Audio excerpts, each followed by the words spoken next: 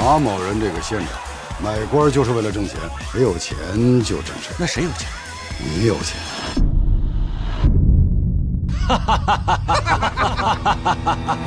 Hello everyone, welcome back to my channel. If you're new here, my name is Marianne. I talk about Chinese history, culture, language and lifestyle.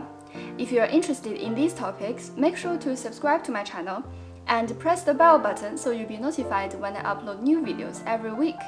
Okay, let's get started.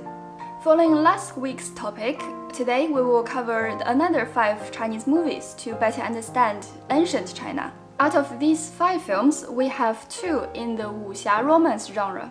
Someone in my community asked me what is wuxia. Well, to put it simply, the literal translation would be martial heroes. It's a genre of Chinese fiction concerning the adventures of martial artists in ancient China.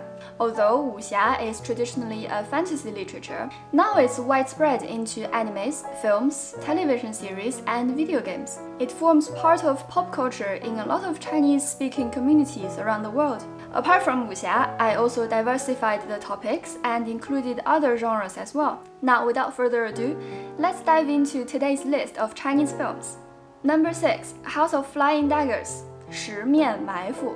This is another successful wuxia romance film by Zhang Yimou. I have to say, the aesthetics are so good. Even if you're not learning Mandarin Chinese or not even interested in Chinese culture, I still recommend you check it out because this is such a feast for the eyes. The plot and cultural references are not bad either. Unlike other wuxia films, it's more of a love story than purely martial arts film. At the end of Tang Dynasty, China fell into chaos with government soldiers and bandit groups fighting against each other. Amongst the government soldiers, Captain Liu and Captain Jin were supposed to investigate and capture the leader of the House of Flying Daggers, that is, a bandit group against the government. During their investigations, they found a blind dancer, Mei. She seemed to have some connections with the group. So the 2 captains came up with a plan to make her lead them to the new leader. This film is considered to be Zhang Yimou's most romantic film with epic martial arts elements. It involves a conflict between love and duty carried out in its fullest expression. This movie is a wild riot of color, music, passion, action, mystery, and pure old-fashioned thrills. Plus, the 2 dancing scenes performed by Zhang Ziyi were absolutely epic. IMDb gave it a rating of 7.5 out of 10. Rotten Tomatoes rated 87%.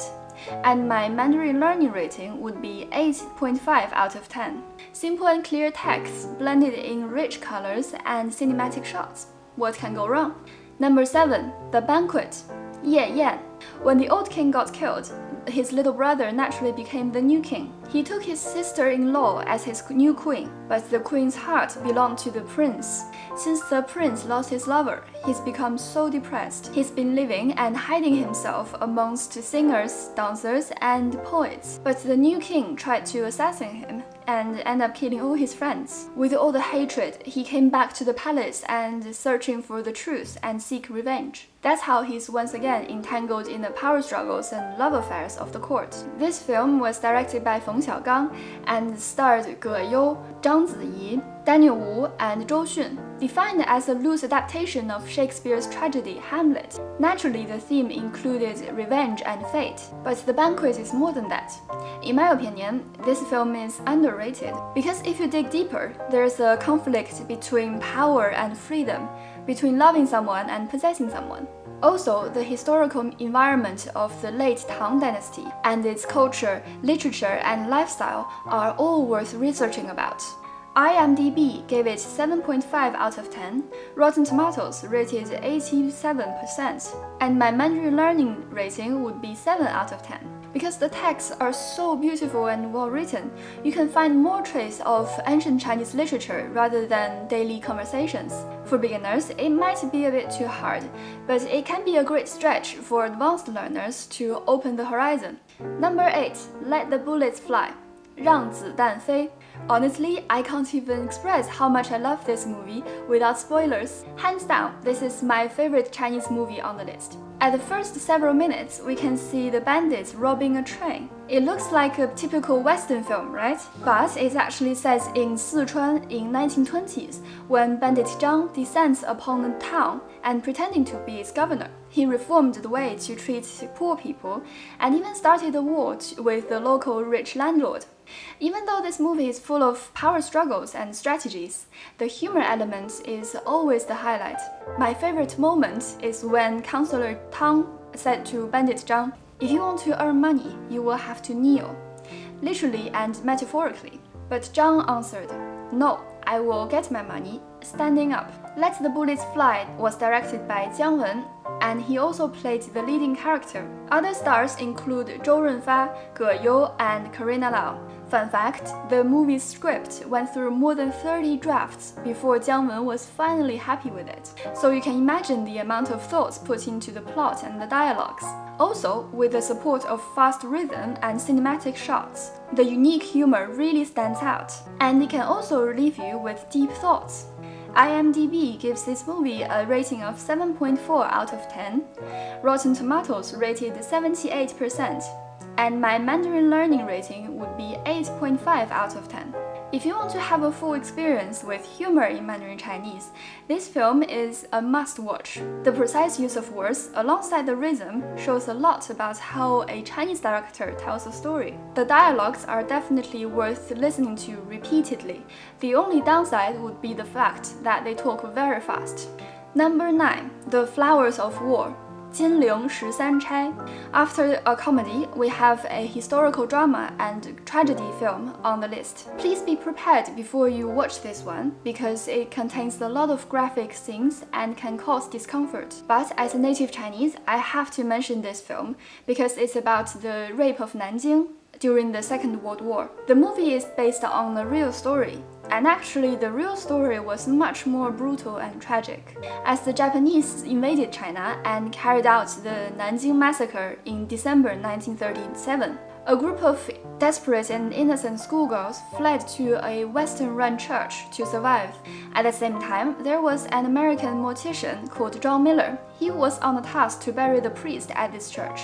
He finally arrived at the church, only to find out that the body of the priest was already blown away. He also found George, an orphan boy who was brought up by the dead priest and taught English. Soon, a group of flamboyant prostitutes arrived at the church too, seeking refuge by hiding in the cellar. Pretending to be a priest, Miller tried to keep everyone safe while trying to repair the convent's truck to escape. The Flowers of War was directed by Zhang Yimou, starring Christian Bale, Nini, Tong Dawei, and Zhang Xinyi. The film was selected as Chinese entry for Best Foreign Language Film at 84th Academy Awards, but it did not make the shortlist because the Western media was in denial of the truth in history, which can be even worse than the crime.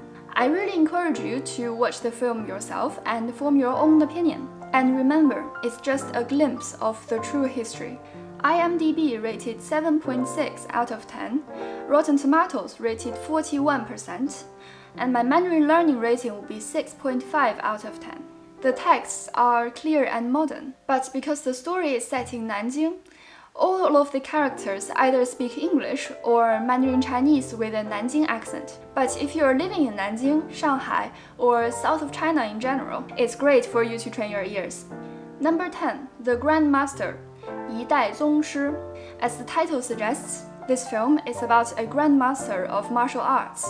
Ip Man grew up in a wealthy family in Foshan, Guangdong province. Since he was little, martial art is his passion, and soon he gained some fame. But at the age of 40, his perfect life was disturbed by another boxing grandmaster from northern China when he challenged Ip Man for a fight. But the fight between Ip Man and Gong Yutian turned out to be an exchange of philosophical ideas, using a flat cake as the metaphor for Chinese unity.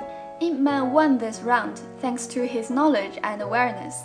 As Gong returned to northern China, his daughter Gong Er sets out to regain her family's honor by challenging Ip Man. Not long after, Japan invaded China. During the war, Ip Man and his family descended into poverty. He lost his 2 daughters to starvation, but he still kept on going with his purpose to preserve martial arts and to spread his knowledge to as many people as possible. In his philosophy, as long as martial art doesn't die, Chinese culture won't die, and Chinese people will never be truly defeated. This movie touched on the most fundamental values of Chinese people: family, country unity, persistence, sense of purpose, faith, and being true to your heart. The outlining and the preparation for this film took 10 years, and the shooting took 3 years. The director Wang Kai-wei shot the film without a completed script. Every day, he wrote down 20-ish lines of notes and let the actors improvise. Sometimes they only get to shoot 2 lines. That's why the emotions presented are so intense and the dialogues are more realistic.